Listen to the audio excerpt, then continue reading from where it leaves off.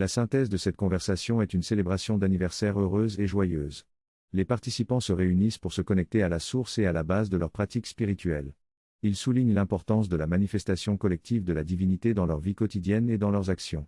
Ils reconnaissent que bien que chaque individu ait sa propre pratique et aspiration spirituelle, il est important de se rassembler en tant que collectif pour manifester la connaissance, le pouvoir, la beauté et l'amour divin.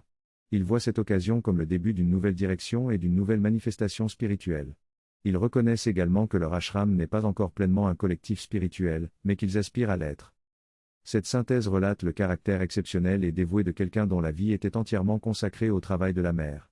Chaque jour, chaque activité était dirigée vers l'avancement du travail de la mère et rien n'était fait pour des bénéfices personnels.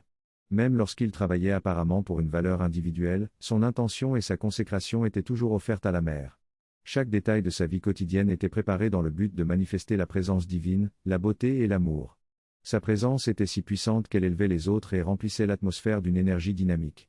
Son amour infini pour la mère était palpable et il cherchait à partager cette bénédiction avec les autres. Il était un exemple vivant de l'incarnation de la connaissance, du pouvoir et de la beauté de la mère. Sa vie était un témoignage de l'amour maternel divin et de la transformation qu'il pouvait apporter aux autres.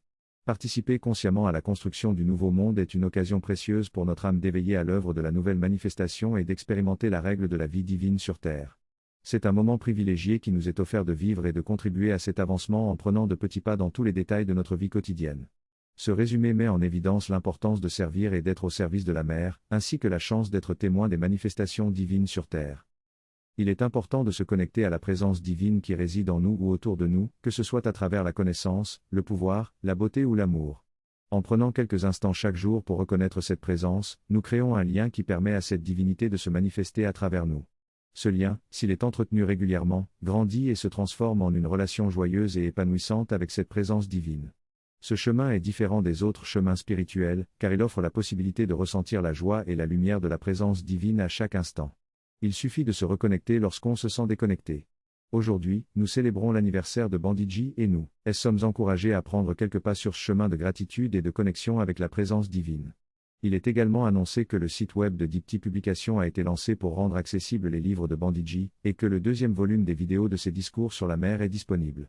Nous sommes invités à participer à une méditation à 9h30 et à tout moment de la journée pour se baigner dans la présence divine. En conclusion, nous sommes invités à chanter OM ensemble 3 fois pour manifester cette présence à tous les niveaux de notre être. Après cela, nous sommes invités à prendre le prasad et à partager des repas ensemble. Pour ceux qui regardent en ligne, le message est quelque chose que Pandiji a écrit en décembre 1973. Il affirme que le véritable serviteur de Dieu se soumet entièrement à lui, afin qu'il puisse l'utiliser de quelque manière que ce soit. Il rejette les lois de prudence et autres qui s'opposent à la volonté de Dieu.